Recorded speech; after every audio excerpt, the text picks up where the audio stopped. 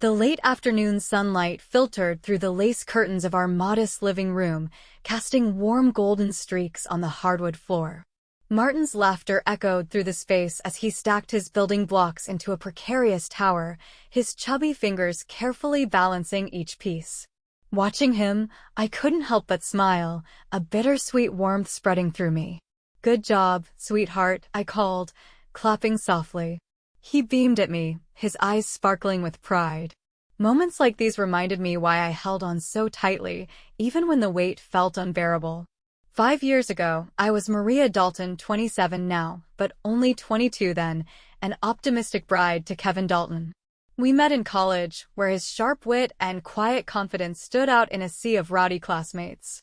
Our courtship felt like a dream. He was attentive, romantic, and endlessly supportive. Within a year, we were married, and 2 years later, Martin arrived, a perfect culmination of our love story. For a while, life was everything I had imagined. Kevin landed a well-paying job in advertising, and I took a step back from my teaching career to focus on Martin. We moved into a charming suburban house with a garden large enough for dreams of swing sets and picnic lunches. But dreams have a way of twisting into something else entirely. Kevin began to change after our first anniversary. The small quirks I once found endearing, the way he liked his shirts pressed just so, his need to organize the pantry alphabetically, evolved into rigid expectations. His compliments turned into critiques, subtle at first, but sharp enough to sting. Over time, I found myself walking on eggshells, ensuring every detail of our lives met his exacting standards. What made it harder was Jane. Jane, Kevin's younger sister, had always been a point of contention between us. She had a way of commanding attention, her charm masking an almost calculated selfishness. Before we married, I thought her quirks were harmless, a side effect of being the baby of the family. But once Kevin and I settled into our lives, Jane's presence loomed like an unwelcome shadow. She visited constantly, breezing into our home as though it were her own, her perfume clinging to the air long after she left. She never called ahead, never asked if it was convenient. Instead, she assumed her presence would always be welcome. At first, I tried to accommodate her, offering her tea, listening to her endless stories about her love life and work dramas, but it soon became clear that Jane wasn't interested in reciprocating. She barely acknowledged Martin, treating him as a noisy interruption. She dismissed my efforts to make her comfortable with a flippant, "You shouldn't have bothered," and she expected me to cater to her whims, as though I were the hired help in my own home. Kevin, of course, adored her. He excused her behavior with a wave of his hand, claiming she didn't mean anything by it, that it was just how Jane was. Any time I broached the subject, he would bristle, defending her with an intensity that left me feeling cornered. "Jane's family, Maria. You need to stop taking everything so personally," he'd say, his tone clipped. Family. The word left a bitter taste in my mouth every time he used it as a shield against accountability. My life had become a delicate balancing act, keeping Kevin happy, enduring Jane's intrusions, and shielding Martin from the tension that simmered beneath the surface. There were days when I caught glimpses of the man I fell in love with, days when he would surprise me with a thoughtful gesture or pull me into a warm embrace. But those moments were becoming increasingly rare, fading like a photograph left too long in the sun. I watched Martin finish his tower, his triumphant giggle a soothing balm against the ache in my chest. I reminded myself that no matter how hard things got, I had him. For him, I could endure. For him, I had to find a way to hold us together, even as the cracks in our foundation deepened. The sound of a car door slamming jolted me from my thoughts. Peeking through the window, I saw Jane striding up the driveway, her purse swinging on her arm and her sunglasses perched like a crown of entitlement. My heart sank as Martin looked up at me with wide eyes. "Mommy," he asked, "is Auntie Jane staying for dinner again?" I forced a smile, though the answer felt heavy on my tongue. "Yes, sweetheart. She probably is." The kitchen was a cacophony of chaos, pots clanging, timers beeping, and Jane's incessant chatter cutting through it all. I stood at the counter, slicing vegetables for dinner, my movements mechanical, my mind miles away. Jane leaned against the island, flipping through a magazine, her designer nails tapping absently on the granite. "Do you have any sparkling water, Maria? The tap water here tastes so basic," she said, not even glancing up. I bit back the retort that lingered on my tongue. Instead, I nodded and opened the fridge, retrieving the bottle I had bought after her last complaint.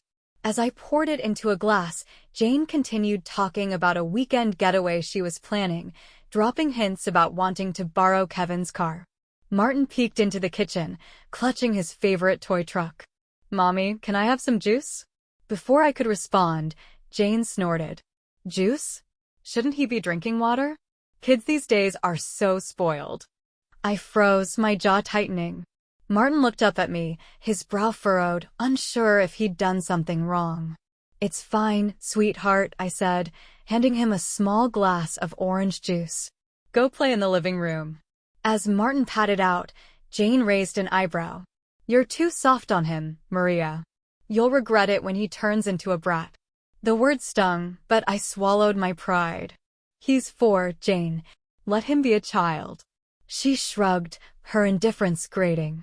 By the time Kevin came home, dinner was nearly ready. He greeted Jane with a warm hug, barely glancing my way. "Smells good, babe," he said over his shoulder, his attention already on Jane. At the dinner table, Jane dominated the conversation, recounting a minor issue with her apartment as though it were a national crisis. Martin sat quietly, his fork poking at his mashed potatoes. When dessert arrived, a small cake I'd baked for Martin after he aced his preschool spelling test, Jane's eyes lit up. "Oh, cake. Perfect. I've been craving something sweet," she exclaimed, reaching for the first slice. "Actually, this is for Martin," I said, gently but firmly. Jane froze, her hand hovering above the cake. "He can share, can't he? Don't teach him to be selfish." Kevin sighed loudly, clearly annoyed. "Maria, it's just cake. Don't make a scene." "It's not about the cake," I said, my voice low but trembling. "It's about respecting boundaries. Martin worked hard for this, and he deserves it." Jane rolled her eyes, cutting herself a slice anyway. "It's just a piece of cake. Honestly, Maria, you're so uptight." Martin's lip quivered as he watched her take the slice he'd been eyeing.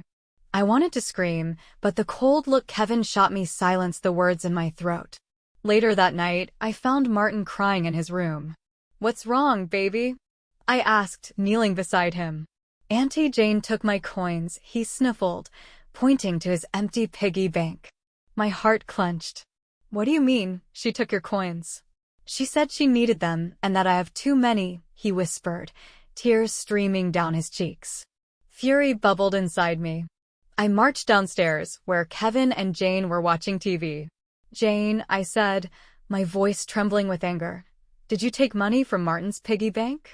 She looked up, feigning innocence. "Oh, that? It was just a few quarters. I'll pay him back." "Pay him back?" "He's 4, Jane. He doesn't even understand why you'd take it." Kevin muted the TV, his expression darkening. "Maria, don't start this now. It's not a big deal." "Not a big deal?" "Kevin, she stole from our son." Kevin stood, his posture intimidating. "Don't blow this out of proportion, Maria. You're always making something out of nothing. And you know what? If you keep this up, maybe we should rethink this marriage." The words hit like a physical blow, knocking the air from my lungs. "You'd threaten divorce over this?" "Over her," I whispered, tears prickling at my eyes. Jane smirked, hiding it behind her hand. Kevin didn't notice, or maybe he didn't care. "This isn't about her. It's about you constantly nagging and acting like the victim," he snapped. I turned and walked away, my hands shaking. In the sanctuary of the bedroom, I sat on the edge of the bed, numb. From the other room, I heard Martin's soft cries and Jane's laughter mingling with the sound of the TV. I realized then that I was losing more than control of my life. I was losing myself. The morning felt heavy, the air thick with an unshakable tension. Kevin had left early, mumbling something about a work meeting, while Jane's absence provided a rare, welcome quiet. I decided to tackle the laundry, anything to distract me from the growing sense of unease. While folding Kevin's shirts, a stack of papers fell from the top shelf of his closet. They scattered across the floor like fallen leaves, some landing face up. My breath caught as I noticed the bold, black letters across one document: petition for divorce. My hands trembled as I gathered the papers, scanning their contents. Kevin's name was on the forms, neatly printed in his familiar handwriting. My name followed, stark and cold in black ink. The dates were recent, weeks ago, maybe a month. He had started this process behind my back while I was still trying to hold our crumbling life together. The weight of betrayal settled on my chest, suffocating. My mind raced with questions, each more chilling than the last. Why had he filed? Was he planning to take Martin from me? Had Jane known? The thought of her smug smile as she wove herself deeper into our lives made my stomach churn. I stuffed the papers back onto the shelf, my heartbeat pounding in my ears. The room suddenly felt smaller, the walls pressing in. I needed air. As I stepped into the hallway, a noise from downstairs froze me in place, a faint creak, like the floorboards protesting under someone's weight. "Hello?" I called, my voice barely above a whisper. No answer. I descended the stairs cautiously, each step deliberate. When I reached the living room, my worst fears were confirmed. Jane was there, rifling through the drawers of my desk. "What are you doing?" I demanded, the sharpness of my tone startling even me. Jane spun around, her face pale for a fleeting moment before she plastered on her usual smug expression. "Oh, Maria. You scared me."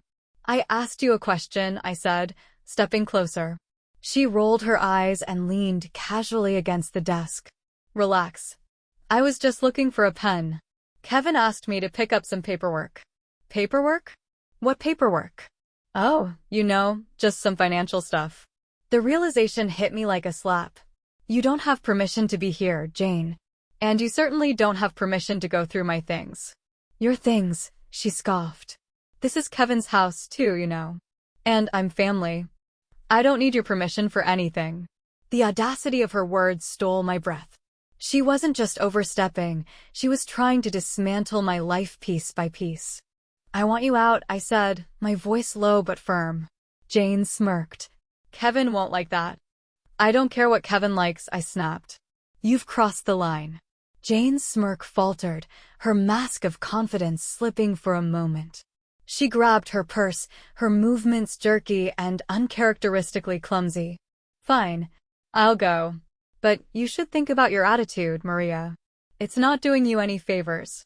She sauntered out the door, but the air she left behind felt poisonous. I locked the door behind her, my hands shaking. When I returned to the desk, I found Martin's drawings scattered across the surface. One was torn slightly at the edges, as if Jane had rifled through them carelessly. My heart clenched as I thought of her in our space, her hands on our things, her presence a looming threat. I couldn't stay here, not with Kevin's secrets, Jane's intrusions, and the growing instability. My first instinct was to call my parents. "Mom," I said when she answered, my voice breaking. "Maria? What's wrong?" I need to come home. I need to bring Martin. I can't explain everything right now, but we can't stay here anymore." Her voice softened immediately. "Of course, sweetheart. Come as soon as you can." I packed a bag quickly, throwing in essentials for Martin and me. My hands trembled as I zipped it closed, the enormity of the moment crashing down on me. This wasn't just a visit, it was an escape. When Martin saw me with the bag, his wide eyes filled with confusion. "Are we going on a trip, Mommy?" "Yes, baby," I said, kneeling to his level. "We're going to see Grandma and Grandpa for a while. Won't that be fun?" He nodded, though I could tell he didn't fully understand. I loaded him into the car, my heart heavy but resolute. As we pulled out of the driveway, I glanced back at the house. It looked so ordinary, so deceptively peaceful, yet it held nothing but pain and betrayal. For the first time in years, I felt a flicker of hope. I didn't know what the future held, but I knew one thing for certain: Martin and I deserved better. We deserved safety, stability, and love, not the twisted shadows of a fractured family. The road stretched out ahead of us, a symbol of the new chapter we were about to write. I gripped the wheel tightly, my resolve hardening with each passing mile. For Martin, and for myself, I would find a way to rebuild. The first night at my parents' house was the first time I'd slept peacefully in months. The familiar creak of the floorboards, the faint scent of my mother's lavender sachets, and the warmth of Martin's little body curled up beside me grounded me in a way I hadn't felt in years. For the first time in what felt like forever, I didn't wake up dreading the day ahead. By mid-morning, I was in my father's study, a cup of tea cooling on the desk in front of me as I sifted through notes from the lawyer I had consulted earlier that week. The meeting had been overwhelming but empowering. The lawyer, a sharp, no-nonsense woman named Elaine, didn't mince words. "Maria, you need to protect yourself and your son. From everything you've told me, Kevin's behavior isn't just emotionally abusive, it's also a threat to your financial stability." She had outlined the steps: document everything, freeze any joint accounts, and start compiling evidence of Kevin's mismanagement. I hadn't realized how vulnerable I was until she laid it all out so clearly. While Martin played in the backyard with my mother, I began organizing my finances. Pulling up our joint bank account online, I noticed several large withdrawals Kevin had made over the past few months. At first, they seemed random, cash taken out late at night, or transfers to an unknown account, but as I dug deeper, a pattern emerged. A few receipts Jane had left behind in our house filled in the gaps. They were for casinos, each one dated suspiciously close to Kevin's withdrawals. The pieces clicked together. Jane wasn't just a freeloader, she was a liability, and Kevin had been enabling her reckless behavior. As I stared at the evidence, a memory resurfaced. Kevin's evasive answers when I'd asked about our dwindling savings. His annoyance when I suggested cutting back on unnecessary expenses. He had been covering for her all along, draining our resources to keep her afloat. That night, I called Elaine. "I've found proof that Kevin's been funneling money to cover Jane's gambling debts," I told her. "What does this mean for the divorce?" "It strengthens your case, especially if you're seeking custody and financial restitution," she said. "Maria, you're doing everything right. Keep documenting. We'll make sure you and Martin are protected." The next day, I called Kevin. "Maria, where are you? When are you coming back?" he demanded the moment he answered. "I'm not," I said evenly. "Not until I know Martin and I are safe." "What are you talking about?" he snapped. "You can't just run off and take my son." "Your son," I repeated, anger flaring in my chest. "The same son you let Jane humiliate and steal from? The same son you've ignored while catering to her every whim?" His silence was telling, but I wasn't done. "I've seen the divorce papers, Kevin. I know about Jane's gambling debts and how you've been using our savings to cover for her. I won't let you drag Martin down with you." "Maria," he began, his tone softening to a manipulative plea. "You're blowing this out of proportion. Jane's my sister. She needed help, and I couldn't just turn her away." "Help?" I scoffed. "You've jeopardized our future for her. I won't let it happen anymore." I ended the call before he could respond, my heart racing but resolute. In the days that followed, I began to rebuild. My parents were unwavering in their support, offering both emotional and logistical help. My father sat with me as I finalized the paperwork to separate my finances from Kevin's. My mother took Martin on adventures to the park and library, giving me the space to focus on securing our future. I updated my resume and reached out to former colleagues, many of whom were thrilled at the prospect of working with me again. Within a week, I had an interview lined up for a teaching position. Martin adapted surprisingly well to our new environment.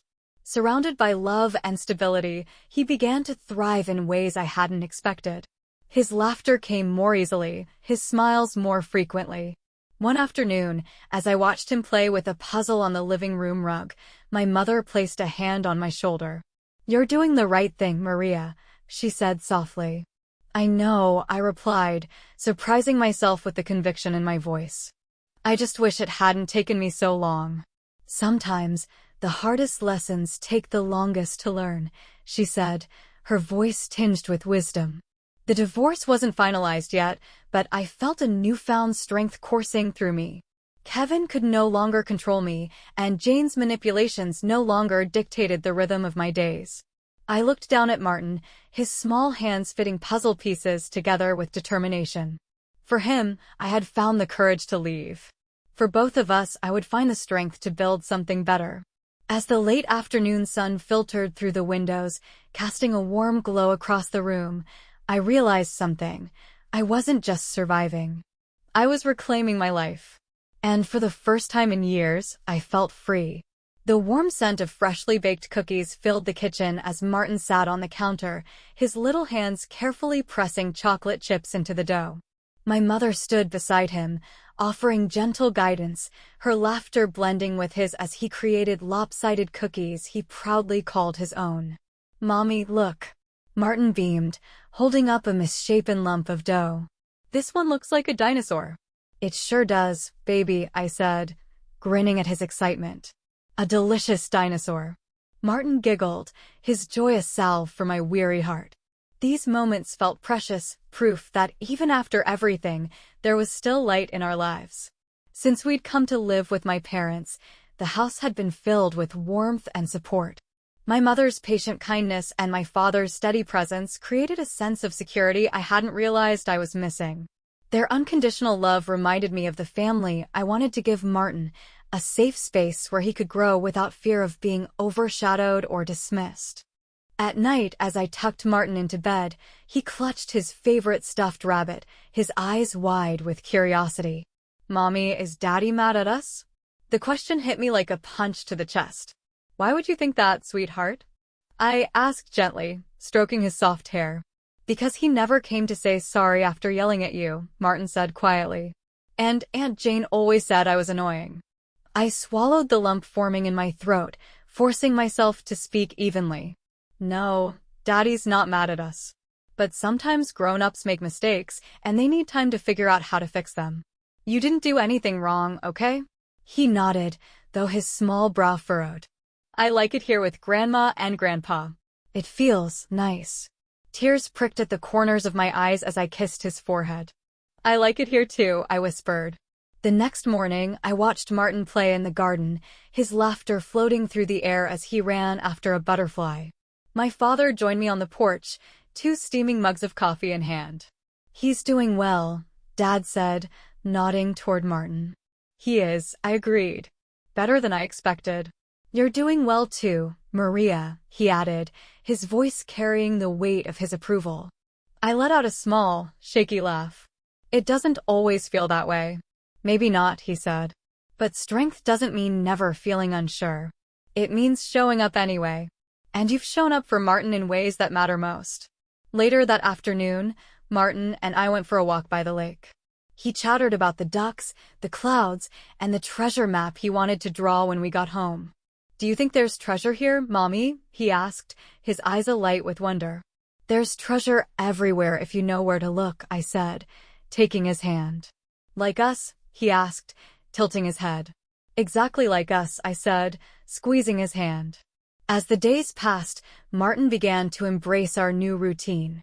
He played with the neighbors' kids, eagerly showed off his crafts to my parents, and asked thoughtful questions about everything. One evening, after dinner, Martin climbed onto my lap, his eyes serious. "Mommy, are we staying here forever?" I paused, unsure how much to say. "We're staying here as long as we need to, sweetie. But wherever we are, as long as we're together, that's what matters most." He nodded solemnly, wrapping his small arms around my neck. "I love you, Mommy." "I love you too, baby," I said, holding him tightly. The bond between us felt unbreakable, a quiet but powerful anchor in the storm. Every time I doubted my decision to leave, every time Kevin's words crept into my mind, Martin's presence reminded me why I had chosen this path. My parents' unwavering support only strengthened that resolve. My mother's homemade meals, my father's long talks on the porch, and their shared joy in watching Martin thrive gave me hope. For the first time in years, I felt part of a family again, a real family, built on love and respect. I wasn't just surviving. I was healing. And as I watched Martin color at the kitchen table, his crayons scattered around him, I realized something profound. I wasn't just giving him a better life. He was giving me one too. The crisp morning air carried the scent of fresh coffee and blooming flowers as I stepped into the headquarters of Dalton Learning Solutions. It had been 2 months since I returned to work, this time not just as an employee, but as the company president. Walking into the sunlit office that once felt like a distant dream, I couldn't help but marvel at how far I'd come. The first week back had been daunting, balancing my new responsibilities while adjusting to life without Kevin. But each day I found my footing. My confidence grew with every decision I made, every project I led. The company was thriving, and so was I. My parents had been an anchor throughout this transition, offering unwavering support as I rebuilt my life. Their encouragement reminded me of the resilience I had within me all along, buried beneath years of doubt and compromise. As for Kevin and Jane, their downfall had been swift and unceremonious. Elaine had handled the divorce with remarkable efficiency, uncovering more of Kevin's financial misconduct than even I had suspected. Jane's gambling debts, coupled with Kevin's enabling, had left them both in ruin. Their parents, once staunch defenders of Jane's antics, had finally seen the truth. The disownment was a blow neither of them had anticipated. Kevin's mother had called me in tears one afternoon, apologizing for her blindness. "I'm so sorry for what you endured, Maria," she had said. "I hope you and Martin find the happiness you deserve." And we had. Life with Martin had settled into a new rhythm. He thrived in his new preschool, making friends and delighting his teachers with his curiosity and kindness. At home, he filled the house with laughter and light, his joy infectious.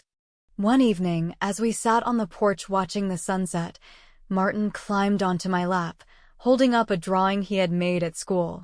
It was a picture of us, a stick figure version of me holding his hand, both of us surrounded by hearts. "Look, Mommy," he said, pointing to the largest heart. "That's where we live now. In this big heart together." Tears welled in my eyes as I hugged him close. "That's right, sweetheart. That's exactly where we live." The strength I had found in leaving Kevin wasn't just about escaping a toxic marriage, it was about reclaiming my identity. I was no longer the woman who tiptoed around her husband's moods or endured Jane's manipulations. I was a mother, a leader, and a woman who knew her worth. In the months that followed, I dedicated myself to creating a life filled with love and purpose. Martin and I took small adventures, picnics at the park, visits to museums, and late-night storytelling under homemade blanket forts. My parents became an even greater part of our lives, their bond with Martin growing stronger every day. The company flourished under my leadership, expanding into new territories and offering educational opportunities to underserved communities. Each milestone was a reminder that I had reclaimed not just my career, but also my voice. Standing in my office one afternoon, I gazed at a photo on my desk, a picture of Martin, my parents, and me, all smiling at a family picnic. It wasn't the family I had envisioned years ago, but it was the one that mattered most. My phone buzzed, pulling me from my thoughts. It was a text from Elaine. "Final divorce decree filed. It's done. Congratulations on closing this chapter." I set the phone down, a sense of peace washing over me. The scars from my past would always be a part of my story, but they no longer define me.